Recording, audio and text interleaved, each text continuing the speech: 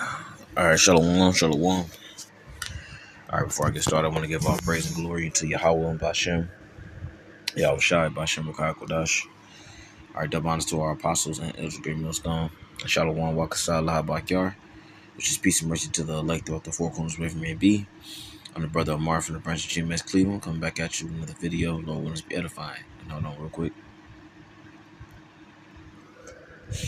Lord, will be edifying to whomever may be watching. So, I'm gonna just get this article. It's from the ABC News. It says the title reads, "What to Know About DC Home Rule Act as Trump puts DC police under federal control." Now, I believe I did a video already on this topic or similar to it. Uh, a lot of brothers already done videos speaking on this topic, but it never hurts to touch a topic more than once, especially concerning the times that we're living in. So, just want to bring out a little bit more information and some scriptures, and Lord will be edifying. So it says the control expires in 30 days. All right, it says unless the Senate and the House back an extension. And this is from August, published August 11th, 2025. It's currently August 17th, 2025. So they got 30 days to pretty much come to deciding factor or situation on what's going to transpire in the next coming weeks, or they have to come up with an extension. So underneath this clip, it says Trump puts DC Police Department under federal control, deploys National Guard. President Donald Trump said that his action is designed to take our capital back. Andrew Caballio Reynolds, AFP via Getty Images. This is President Donald Trump announced Monday that he is putting Washington, D.C. Police under, quote-unquote, under direct federal control, invoking Section 740 of D.C. Home Rule Act. It says, which deals with control of the city's police force. So that's the highlight of what the Home Rule Act entails. It deals with the president pretty much gaining control, federal control over the police department. So pretty much they'll be under his jurisdiction, all right, and his direct command. So it says we're taking it back under the authorities. And this is a quote: "We're taking it back under the authorities vested in me as the president of the United States." This is Donald Trump himself. Says I'm officially invoking Section 740 of the District of Columbia Home Rule Act. You know what that is, and placing the D.C. Metropolitan Police Department under direct federal control. Trump said, and that's exactly what I was just stating. It says Washington D.C. Mayor Muriel Bowser on Monday said D.C. will follow Trump's orders. No shit. It says, but said the move underscored the need for D.C. to make its own decisions and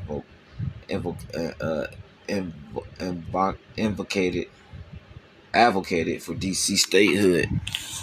Metropolitan Police Department Chief Pamela Smith said the department will work with federal partners as it has in the past. This is quote: "While this action today is unsettling and unprecedented, I can't say that, given some of the rhetoric of the past, that we're totally surprised," Bowser said. And Muriel Bowser is the Jake woman that you see on that podium in the blue suit. All right, and it shows you too that our people have always been hand in hand with these devils and with the enemy. All right, now I don't know her intentions when she initially got that job or what it still is, but all I know is that a lot of our people are joined hand in hand with this system and ultimately with this devil and what they stand for. A lot of our people, they're not against America. They're not against this devil, so-called white man who is Esau Edom and our enemies. All right, they're actually against Yahweh Shemel Shai, and they're pro-America, and they're pro-America. All right, which is against the Lord. So it says, reading on, I'm about to get these scriptures. It says Trump has long threatened to take control of D.C., saying he wants to crack down on violent crime in the district, although police statistics show that in the past 2 years, violent crime in D.C., Washington, D.C. has fallen dramatically. So and this is coming from them, man. It says, although police statistics show that in the past 2 years, violent crime in Washington, D.C. has fallen dramatically. So here it is. Trump is talking about we got to crack down because of the crime. And that, according to their own statistics, it says crime has fallen. Like, anyway, reading on, DC's Home Rule Act of 1973 allows DC residents to elect a mayor, members of DC Council, and advisory neighborhood commissioners. The act is the result of the ongoing push by district residents for control of their own local affairs, according to DC Council. Still under the act, there is a congressional oversight. Congress reviews all the legislation passed by DC Council before it can become law and has authority over DC budget. Additionally, the president appoints D.C. Judges, and D.C. has no voting representation in Congress. So, I'm gonna end it on that real quick, man. And I'm gonna get these scriptures real quick. Matter of fact, I'll read this a little bit more. It says, Section 740 of the Home Rule Act gives the president the ability to use D.C. Metropolitan Police Department for federal purposes, quote unquote. And them federal purposes can be anything he states, man. It says that the president may deem necessary and appropriate, and like I just said, whatever he deems necessary and appropriate. So it doesn't necessarily have to be right. It's just whatever he deems. On Monday, Trump said Attorney General Pam Bondi is taking command of D.C. Police Force. Section 740 of the D.C. Home Rule Act does have some limitations. The emergency control will expire in 30 days unless the Senate and House enact into law a joint resolution to extend it. So yeah, this is where we at, man. All right, so let me get this, man, real quick. This is where we at in prophecy, man. All right, because the Lord said eventually that the devil is going, Revelation 12:12. I'm not gonna get it, but brothers already know it, man. The devil has come down upon you having great wrath, man, knowing that he have but a short time. All right, and that's where we're at, man. But let me get this. It's the book of Isaiah 42:18. And you Israelites, man, you still don't get it. You still don't understand the times that we're living in. You still don't understand that you're behind enemy lines. Therefore, when this shit does go down, you're going to get caught in the midst of it. Isaiah 42:18. It says, hear ye deaf and look ye blind, that ye may see. Why did the Lord call you deaf and blind? Because you have the physical eyes and physical ears, but you don't hear or see or comprehend the things that you that are that's around you, the things that you hear, things that you see, and like I said, the things that just are around you. Here it is, the men of the Lord are on the highways and byways. We're out there telling you what's taking place. We're telling you what's happening. We're telling you and showing you, not only telling but showing you the things that are actually happening in real time and that have happened and will ultimately result in your demise in the very near future, but you just don't see or hear or understand. But that's okay, man. All right, like I said, man, like what like the scriptures say, um, you know, well, basically, the Lord he's gonna get rid of 2/3 of all people, man. All right, because they refuse to come back to the Lord, and ultimately because it's ordained by Yahweh Shah from the beginning of time that same those same wicked souls are going to perish. This is Isaiah 42:19. Who is blind but my servant, which is Yasharallah Israel, or deaf as my messenger that I sent? Who is blind as he that is perfect, and blind as the Lord's servant? And so here it is. The Lord ultimately had Israel to be perfect, upright, just, righteous, but you've been made the complete opposite of that, man. And you're just not aware of your surroundings. You don't understand the things that are happening. You know, you just you're not in the know. It says verse 20, seeing many things, but thou observest not.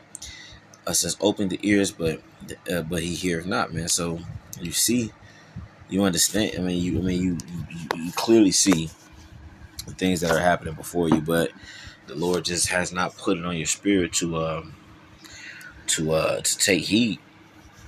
You know what I'm saying? And the time that you do take heed, man, it's gonna be too late. It's gonna be way too late, man, for some of our people to try to get right. And that's when that the Lord is pretty much gonna pour out his wrath. All right, so let me get this real quick, man. It's Habakkuk 2:1. It says, "I will stand upon my watch and set me upon the tower, and will watch to see what he will say unto me, and what I shall answer when I am reproved. And the Lord answered me and said, Write the vision and make it plain upon tables, that he may run that readeth it." So here it is. We're writing the vision and we're making it plain upon tables, meaning we make it um, comprehensible. We make it very plain to the point where you understand it. We're not using big words. We're just laying it out for you so that you can easily digest what we're saying. Even some of the history, we abridge certain things also you can get to understand it. Excuse me. And that he may run that readeth it. In the ancient world, you had messengers that would get the message and they would run and then spread that message, man. So we're spreading that message. And so you, as the viewer or the listener, as a potential elect member, because that's who we're out there for, can receive it. It says, "For the vision is yet for a appointed time, but at the end it shall speak and not lie. Though it tarry, wait for it, because it will surely come. It will not tarry," man. So, though when you look at the word vision, it's synonymous with prophecy, oracle. All right. Though the oracle, although the prophecy is for a point of time, it says, "But at the end it shall speak and not lie." So, and it says, "Though it tarry, wait for it." So yeah, though it's taking some time, man, wait for it, man. It says, "Because it shall surely come to pass and will not tarry." So it's not gonna keep tarrying. It's not gonna keep prolonging or delaying. It's gonna eventually come to the point where the Lord is gonna unleash, and the Lord is going to ultimately um, let this man do what he was destined to do, which is to bring complete holy hell and affliction upon our people that are just not right. Even some of the believers, man. All right, that's why we're not taking this thing lightly. We understand the times that we're living in. We understand where we're at. It's just you Israelites, 2/3 of our own people. 2/3 of our own people, you Israelites, you don't want to get it. You just refuse to hearken. You willfully are ignorant. So when this thing come upon you as a thief in the night, just know that, look, you've been warned. So I just want to end it on that, man. I want to give all praise and glory to Yahweh Bashem Yahshai Bashem Bakakwadash. Shalom.